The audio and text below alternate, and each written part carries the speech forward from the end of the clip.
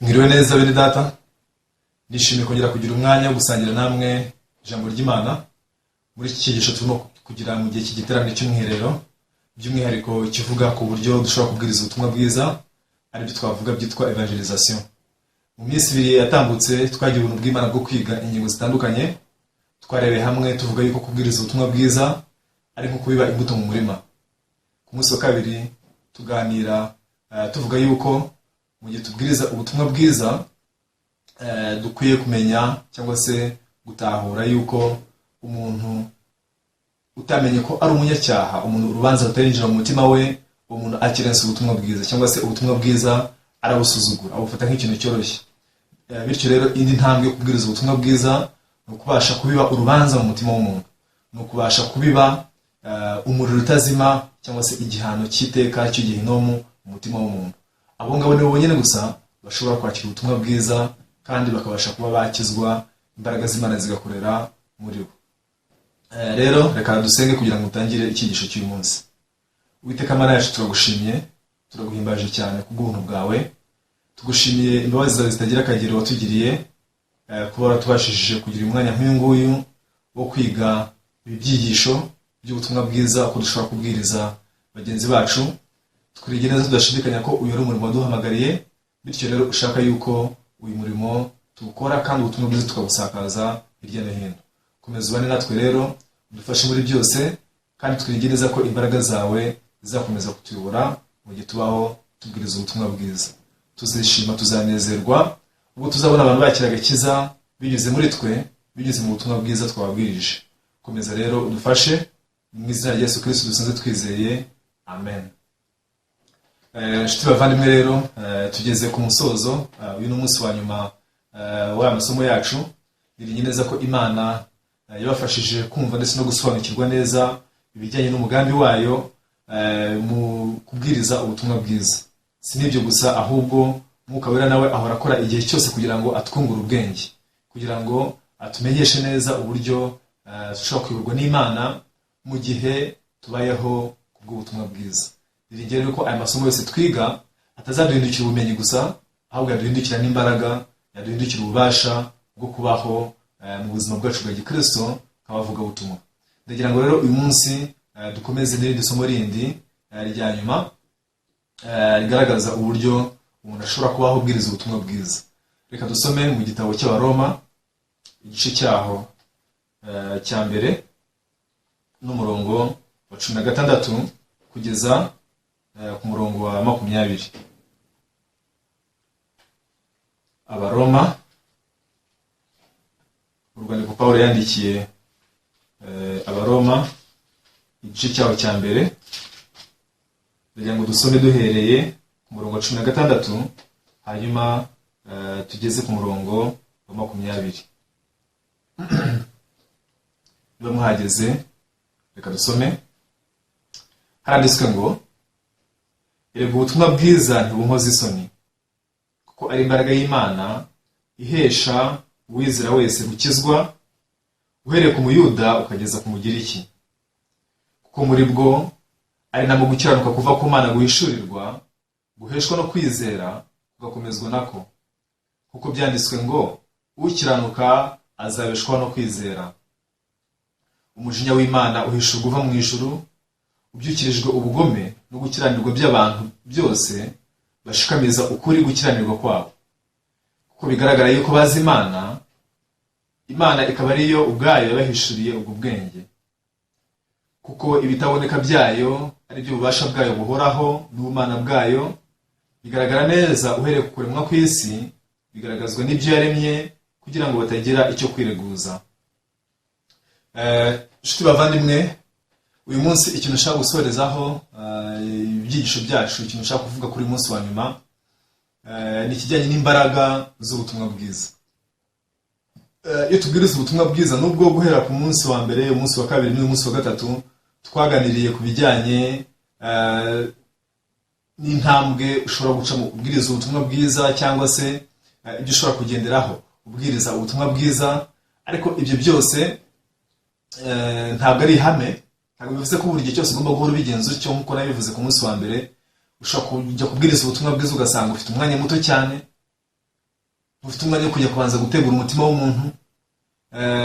Ushobora kujya kubwiriza ubutumwa bwiza ugasanga wenda uwo muntu ni umuntu utemera na Bibiliya, nk'ibyo bijya bibaho, ugasanga biraza kuba ngombwa yuko wifashisha izindi ngero zindi cyangwa se ubundi buryo bundi kugira ngo ubanze utegure umutima we.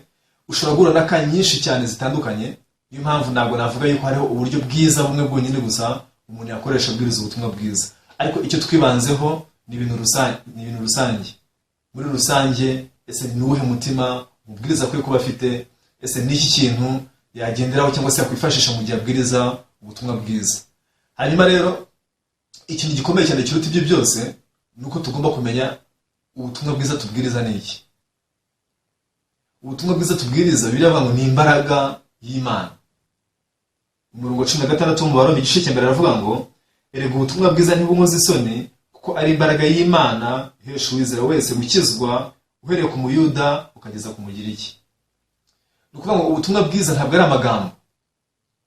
Ubutumwa bwiza nta nubwo ari n'inyuguti, si ubumenyi runaka, ntabwo ari connaissance runaka, ahubwo ngo ni imbaraga y'Imana. Icyo ni ikintu gikomeye cyane bamwe mu babwiriza ubutumwa batajya banibuka. Niyo mpamvu mu gihe tubwiriza ubutumwa bwiza, ikintu cy'ingenzi cyo gikenewe ni uko tuvidura imitima yacu, nuko dushyira hasi ubushake bwacu.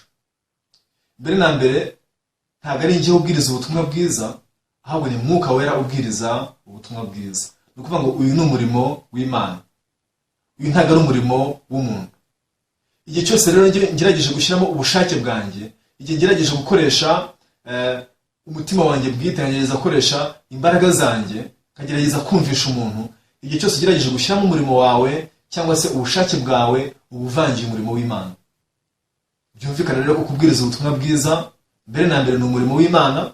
Hanyuma ubutumwa bwiza bw'ubwabwo biravuga ngo ni imbaraga z'Imana. Muri isi harimo ibinyembaraga byinshi, harimo ibinyabubasha bwinshi, ariko ndagira ngo ugereranye imbaraga izo arizo zose ni imbaraga z'Imana. Bavuga ko ibisasu kirimbuzi bigira imbaraga nyinshi, amabombe nucléaire, baramutse bakijugunye mu mujyi umwe, kibasha rwose gusenya, kibasha kubika umujyi wose neza neza, kikawugira umuyonga wose, kikawusenya. Kubera ko ibitwaro kirimbuzi bifite imbaraga nyinshi, nta kintu gishobora kwitambika igitwaro kirimbuzi uko cyaba kimeze kose. Nta mutamenwa, nta blende n'imwe ishobora kugira gute kwikingira igitwaro cya kirimbuzi. Hari ibindi bintu byinshi bitandukanye muri isi bifite imbaraga, bifite ububasha, ariko muri ibi byose nta na kimwe ushobora kugereranya n'iki, n'imbaraga z'Imana. Imbaraga z'Imana ni imbaraga z'umurengera, ni imbaraga zikomeye cyane zitagira ikigero, nta gipimo wazipimiraho. Zikubye inshuro amamiliyaridi n'amamiliyaridi menshi cyane imbaraga z'igitwaro cya kirimbuzi gikomeye cyane, cyangwa se ibitwaro bya kirimbuzi byose biriho ku isi. Nta nubwo ushobora kubigereranya. None biravuze ngo ubutumwa bwiza ni imbaraga z'Imana, ngo zihesha ubwizeye wese kugira gute kubasha gukizwa. Igira ijambo naryumvise, umutima wanjye narakomejwe cyane, ndavuga nti Mana, uburyo bwose kugiye mbwiriza ubutumwa bwiza si nyine gushyiramo imbaraga zanjye. Kubera ko iyo ushyizemo imbaraga zawe ni ikigaragaza ko uba utizeye za mbaraga z'ubutumwa bwiza. None koko imbaraga zacu nk'abantu ninde muntu zakiza? Ese ubwenge bwacu nk'abantu ninde muntu bwakiza? Gusobanura neza, gutanga ibyanditswe byinshi, gutanga ingero nziza, kwigisha mu buryo buri systematique butondekanyije neza, gukoresha igihe kinini, ibyo byose, ibyo umuntu yagerageza gukora byose, ntago byabasha gutuma umuntu agira gute yakira agakiza. Niyo mpamvu dukeneye kubanza gusobanukirwa ni gute mu gihe mbwiriza ubutumwa bwiza, ese ni iki gishobora gukiza umuntu? Ngo ni ubutumwa bwiza bwo ubwabwo. Ubutumwa bwiza bwonyine gusa burahagije. Aricyo gituma mvuga nti mu gihe tubwiriza ubutumwa bwiza tugomba kubanza kuvidura imitima yacu, tugomba kubanza kumena ibiri mu mitima yacu, ubushake bwacu. Ndashaka ko uyu muntu yakira agakiza, ariko nyamara ugomba kumenya yuko ubushake bw'Imana, ko uwo muntu yakira agakiza nibwo bw'ingenzi cyane kurenza n'ubushake bwawe. Ngiye ku giti cyanjye maze kwakira agakiza, nari mfite icyifuzo gikomeye cyane cy'uko nabwiriza umuryango wanjye. numvaga mu mutima wanjye nshaka ko umuryango wanjye umenya uku kuri, numvaga ko bamenya ubutumwa bwiza nabo bakabohoka, kuko numvaga ntazihanganira kubona uburyo umuryango wanjye uzarimbuka mu gihe ndi kujya mu ijuru. Numvaga rwose ibyo bintu ntazihanganira kubibona. Byatumye ngerageza uburyo bushoboka kugira ngo mbabwirize ubutumwa bwiza, ariko biranga pe, inzira zose zirafungwa. Mu gihe ngerageje kubabwiriza rimwe na rimwe bakabifata nk'ibikino, ikindi gihe tukajya impaka ugasanga nshitse intege, ndihebye, ndabiretse. Ikindi gihe bakansuzugura wenda akavuga ati se ko tukuzi kuri umwana wahangaha bivuga wundi wabikuye hehe, ntabwo tukuzi rwose, ujya wenda kwiga muri misiyoni cyangwa se za teolojiya nyinshi ngo ube padiri w'umukozi w'Imana uzwi ku ruhando wenda rw'igihugu cyangwa se mpuzamahanga kugira ngo uze ube watubwiriza. Ibyo byose byabaye bituma ncika intege, ndavuga nti ibi rwose ndabiretse. Ariko nyuma naje gusanga ko nari naribeshye cyane. Nuvuga shaka cyane ko umuryango wanjye ugira gute wakira agakiza, ariko nirengagiza yuko Uwiteka Imana yo ibakunda no kundusha. Imana ishaka ko bakira agakiza cyane kurenza no ko ngewe mbishaka. Ni ukuvuga ngo urukundo nkunda ababyeyi banjye, urukundo nkunda abavandimwe banjye, ntabwo narugereranye n'urukundo Imana ibakunda. Imana yo ibakunda cyane no kundusha. N'ikindi nta n'umwe ufitanye isano yabo ya bugufi kurenza uko bafitanye isano ya bugufi n'Imana, kubera ko Imana niyo yabaremye, babayeho muri iyi si kubw'ubushake bw'Imana.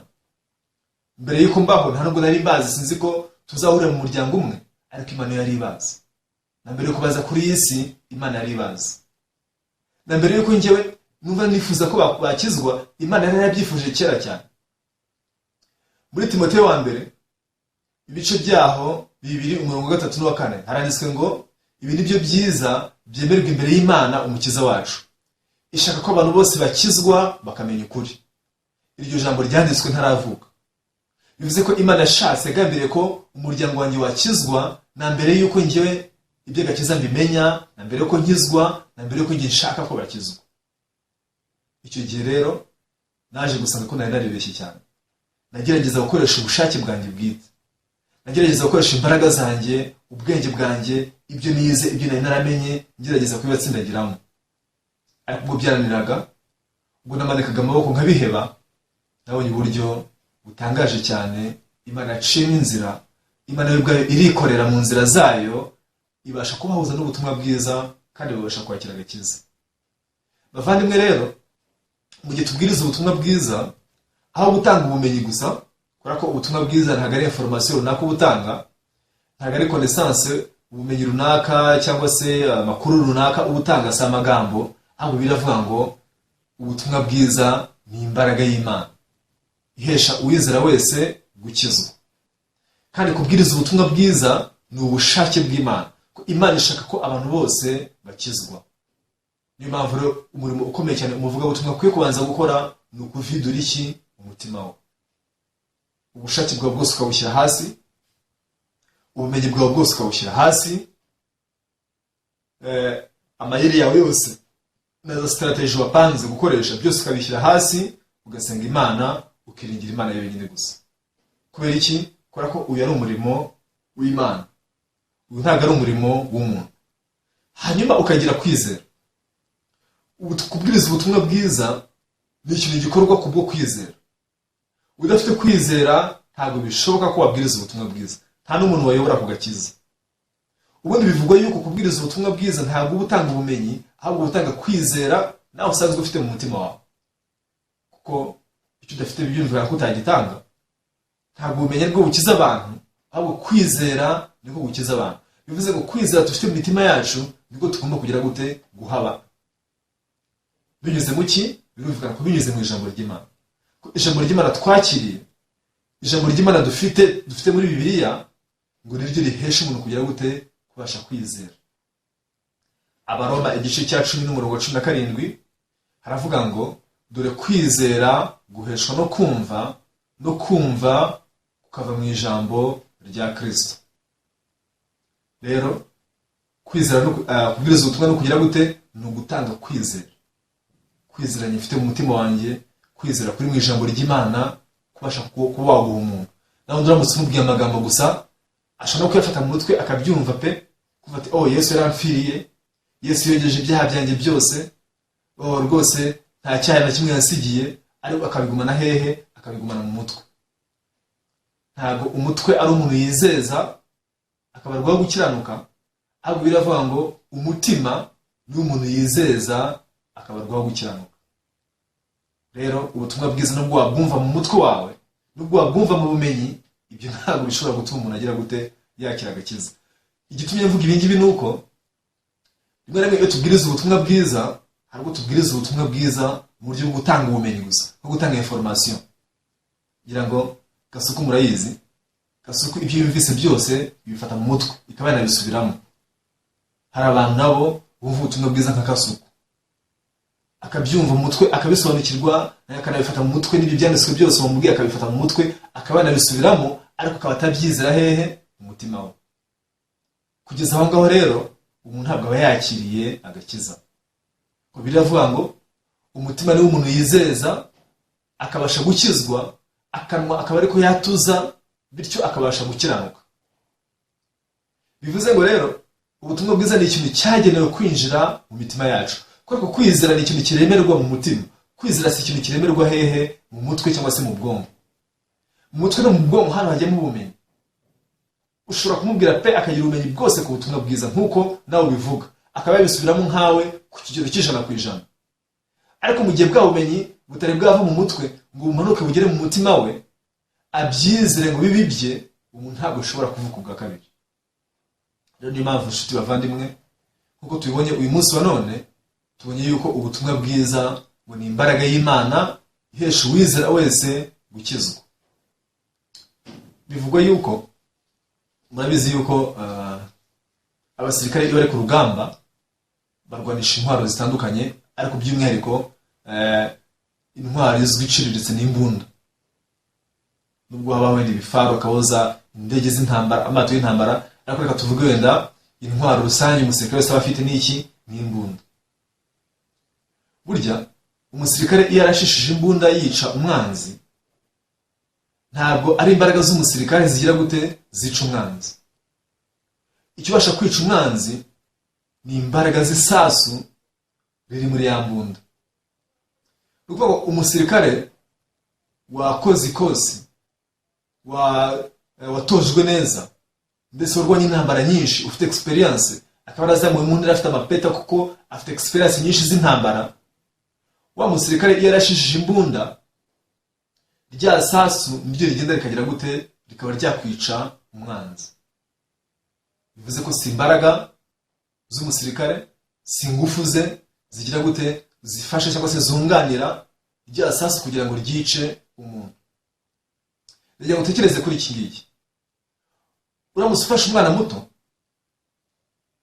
umwana w'imyaka tuvuge wenda n'urugero 3, uramwana w'imyaka 3 aramutse akura imbarutso ya mbunda mu gitunze umuntu, imbunda itunze umuntu neza, wa umwana w'imyaka 3 aramutse akura imbarutso, utekereza ko rya sasu ryakwica umuntu cyangwa ryamwica?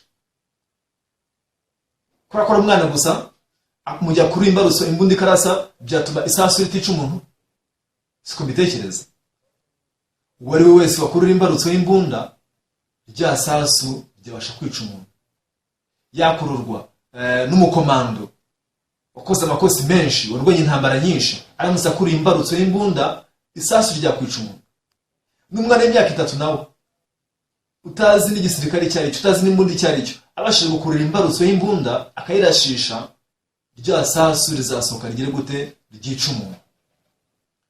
Uramusuzanye umukecuru kukura inyogokuru y'imyaka 98, wawundi utakigenda neza, wahise akagongo, wawundi utakinabona neza, uramukecuru nyogokuru aramutse akurira imbarutso y'imbunda, isasu rigasohoka, rya sasu rizabasha kwica umuntu. Ni ukuvuga ngo imbaraga z'urashisha imbunda si cyo cy'ingenzi. Uburambe afite, amakosi yose yakoze, icyo si cyo cy'ingenzi. Icy'ingenzi ni iki? Nuko isasu bwaryo rifite ubushobozi, rifite imbaraga zo kwica umuntu. Ibi nicyo kimwe, iri sasu twarigereranya n'ubutumwa bwiza. Umuntu wese ubwirije ubutumwa bwiza, igihe cyose afite kwizera mu mutima, kuko navuze ko ubutumwa bwiza bubwirizwa kubwo kwizera. umuntu wese wabwiriza ubutumwa bwiza, bwa butumwa bwiza bufite imbaraga zo kuba zakiza umuntu, utitaye ku muntu uwo ari we. Rimwe na rimwe hari bene data bajya banga kubwiriza ubutumwa bwiza bitwaje impamvu ndetse n'urwitwazo ngo urabona njyewe rwose erega nta gihe kinini maze mu itorero, erega ibi bintu urabona nanjye nibwo ntibyizera, nta bintu byinshi ndamenya muri Bibiliya, burya nta maverese menshi nzi. Ugasanga kubwiriza ubutumwa bwiza icyo yishingikirijeho ni iki? Ni experience ye, cyangwa se igihe amaze mu itorero, cyangwa se ubumenyi bwa Bibiliya afite, ibyanditswe byinshi azi. Ugasanga ibyo ngibyo nibyo ahaye agaciro, ibyo nibyo yumva ko yagenderaho kugira ngo umuntu abashe kuba yakwakira agakiza, ariko nyamara si uko bigenda. Hari n'uvuga ati njyewe rwose ubona abwiriza wese yakizwe kubera ko maze igihe kinini mu itorero, njyewe nzi ibyanditswe byinshi ndetse mfite na experience nyinshi mu kubwiriza. Umuntu nk'uwo nguwo nta muntu yabwiriza ngo agere gute ngo yakire agakiza, kubera ko icyo ushaka gukoresha ni imbaraga zawe, ni ubushobozi bwawe, ni ubunararibonye bwawe. Ni ukuvuga ngo uriyiringiye wowe ubwawe. Rero Imana ishaka ko mu gihe tubwiriza ubutumwa bwiza ntitugire ikindi kintu kindi cyose twiringira, ahubwo twiringire yo yonyine gusa. Twiringire ubushobozi bwayo, twiringire imbaraga zayo. Kuko Bibiliya iravuga ngo ubutumwa bwiza ni imbaraga y'Imana ihesha uwizera wese gukizwa, uhereye ku Muyuda ukageza ku Mugiriki. Bivuze ngo umuntu uwo ari we wese, yaba ari Umuyuda, yaba ari umunyamahanga, yaba ari uwizera Imana, yaba atari uwizera Imana, apfa kuba yakira ubutumwa bwiza mu mutima we, uwo muntu abasha kwakira agakiza, uwo muntu abasha kubohoka ibyaha bye.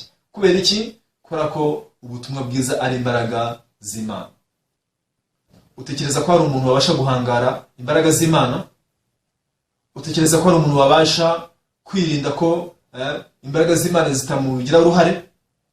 Uko ukomeye kose, uko unangiye kose, uko warashutswe kose, igihe izi mbaraga z'Imana zinjiye mu mutima wawe, igihe izi mbaraga z'Imana zikoreye mu mutima wawe, byanze bikunze ubasha kwakira agakiza, byanze bikunze ubasha kubohoka ibyaha byawe, ukabasha kubaho umukiranutsi.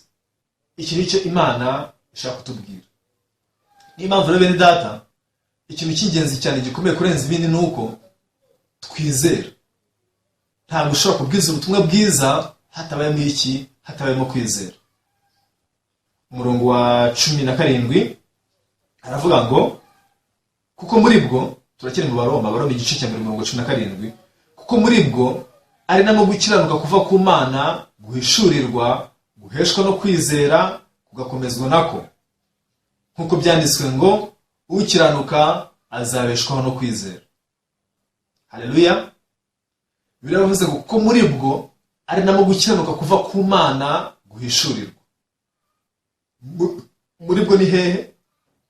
Haravuga ubutumwa bwiza. Ubutumwa bwiza bukirimo kuvugwa aha ngaha.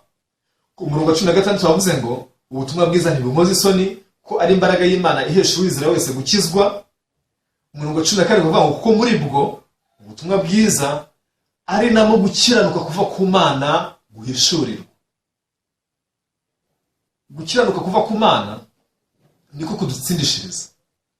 Ntabwo dushobora gutsindishirizwa n'imirimo yacu, ntabwo dushobora gutsindishirizwa n'ibyiza byacu cyangwa se no gukiranuka kwacu. Ikidutsindishiriza ni iki? Ni ugukiranuka kw'Imana. Imana yamaze kubonanya gukiranuka kwayo, icyo gihe Imana ibasha kugutsindishiriza, ukabasha kubona ubugingo buhoraho. None biravuze ngo muri bwo mu butumwa bwiza ngo nimo gukiranuka kuva ku Mana guhishurirwa, kandi ngo guheshwa no kwizera, kugakomezwa nako. Nicyo cyatumye mbabwira kuva mbere hose nti igikora nta kindi ni ukwizera. Wizere ko ubutumwa bwiza ari imbaraga z'Imana. Wizere ko kugira ngo umuntu yakire agakiza ari ubushake bw'Imana. Wizere yuko Imana ishaka ko umuntu akizwa. Wizere yuko gukiranuka guheshwa no kwizera. Niyo mpamvu tuvuga ko kubwiriza ubutumwa bwiza ari ikintu gikorwa kubwo kwizera. Hatabayeho kwizera ntago umuntu ashobora kuba yakwakira agakiza. Burya rero murabizi yuko ku munsi wa mbere twaganiriye cyane ku bijyanye n'umuhinzi ndetse n'umurima.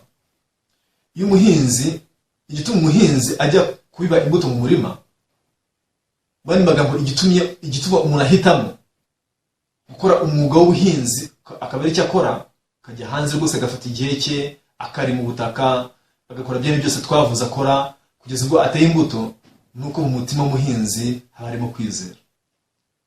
Bandi magambo mu mutima we haba harimo icyizere, ibyiringiro, ati nzabasha kweza umusaruro. Tekereza umuhinzi aramutse yibwira mu mutima ati yewe nubwo ngiye kurima rwose ku kwezi kose, nubwo ngiye gutunganya umurima wanjye, nkazabiba n'imbuto, nkazajya nyuhira, nkayivomerera igihe cyose, ariko rwose nzi neza ko nta musaruro nzabona, nzi neza ko ntacyo nzabasha kweza. Reka mbikore gusa, nemere mvunike, ndime ukwezi kose, ntunganye ubutaka ukwezi kose, ntere imbuto, na nyuma yaho nzakomeze kuyikurikirana, njye mbagara, nindangiza njye mpora nuhira umurima wanjye, ariko nzi neza ko n'uwindi gihe cy'umusaruro ntacyo nzabasha kweza. Ibaze umuhinzi aramutse atekereje atyo, byaba ari ubusazi. Umuhinzi yaba adakomeye mu mutwe, yaba akwiye kujya mu bitaro by'abarwayi bo mu mutwe. Ariko igituma umuhinzi yiyemeza gukora umurimo w'ubuhinzi ni uko afite kwizera mu mutima we, aba afite ibyiringiro mu mutima we, ati nzabasha kweza imbuto, nzabasha kweza umusaruro. Nicyo gituma burya umuhinzi agira ate, ajya mu murima akabasha kuba yahinga, aravuga ati nubwo byatinda bwose, ariko igihe kizagera imbuto yanjye izamera. Twabonye ko hari imbuto zifata ukwezi, hari imbuto zifata amezi 3, hari izindi imbuto ziba zafata nk'umwaka wose cyangwa se imyaka 3, ariko igihe cyose byatwara abazi ngo igihe nikigera nzabasha kweza umusaruro wanjye. Umuhinzi rero abibana ibyiringiro. Igituma umuhinzi ajya mu murima nuko afite kwizera mu mutima we ati nzashobora kweza imbuto. Uyu muhinzi ni kimwe n'umubwirizabutumwa. Umubwirizabutumwa abwiriza yizeye imbaraga z'iryo jambo, abwiriza ubutumwa bwiza yizeye ubushobozi bw'ubutumwa bwiza bw'ubwabo. Kubera ko atabyizeye nta mpamvu yo kurirwa abwiriza ubutumwa bwiza. Ni nayo mpamvu rimwe na rimwe hari ikintu cyo twibeshyaho, kubera ko ubwirije umuntu ntabyumve muri ako kanya cyangwa se ntabyakire, ako kanya ukamucira urubanza, ugahita wanzura ko birangiye, ko umuntu azarimbuka, ugahita wanzura ko umuntu birangiye atazagira ate, atazabasha gukizwa.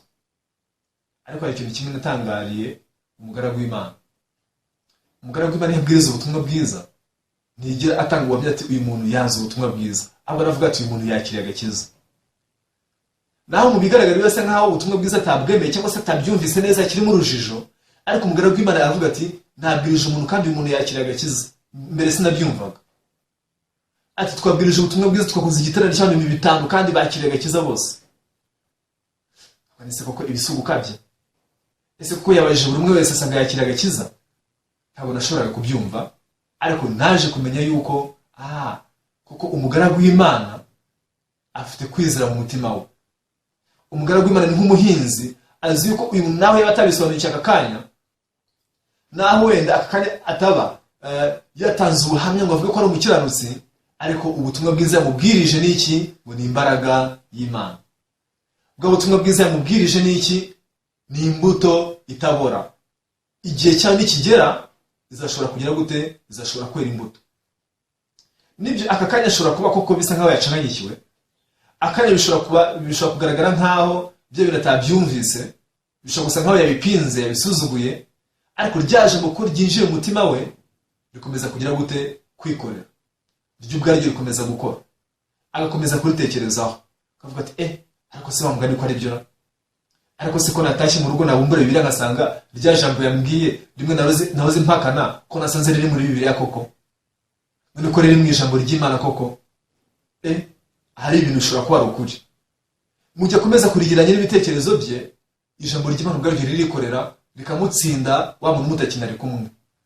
Ndababwiza ukuri, nabonye ubuhamya bw'abantu benshi bagiye bavuga bati ngiye rwose nkibwiriza ubutumwa bwiza ntabwo nabyemeraga, narabyangaga nkabigisha impaka, numvaga ari ubuyobe, numvaga atari ukuri. Ariko nyuma yaho mu gihe nasomaga Bibiliya naje gusanga bya bindi bambwiye kuko byari biri muri Bibiliya, nasanze kuko ryari ijambo ry'Imana. Ati nuko riransinda.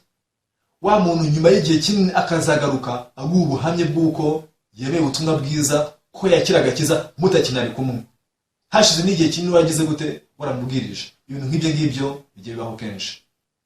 Si twaba guca imanza ngo kanaka yakira agakiza cyangwa se ntiyakakiriye kubera ko wenda yabyanze cyangwa se yabipinze, ahubwo dukeneye kwizera mu mitima yacu yuko igihe nikigera ya mbuto wabibye mu mutima we izagira gute, izera imbuto. Hari imbuto zimwe zerera ukwezi kumwe, izindi zikerera amezi 3, umwaka umwe, imyaka 5 ndetse n'imyaka 10, biterwa nyine n'igihe cy'Imana. Nirigere ko bavandimwe, uyu munsi tukamenya ko kubwiriza ubutumwa bwiza ari ukwizera. Ni igikorwa gikorwa no kwizera, ugomba kugira ibyiringiro mu mutima wawe. Reka nsoreze ahangaha rero, ngira ngo ari byinshi twaganiriye nubwo ndabishaka ko atari byose, ariko nirigiye ko Imana Mwuka Wera azakomeza kubungura ubwenge, akabigisha uburyo bwo kubwiriza ubutumwa bwiza. Si twe tubwiriza, ahubwo ni Umwuka Wera ugize gute, uri muri twebwe. Azakomeza kuduha ubundi bwenge bwinshi no kuduha imbaraga no kudacika intege. Reka mbashimire cyane nsoreze ahangaha, Imana ibahe umugisha, kadusenge.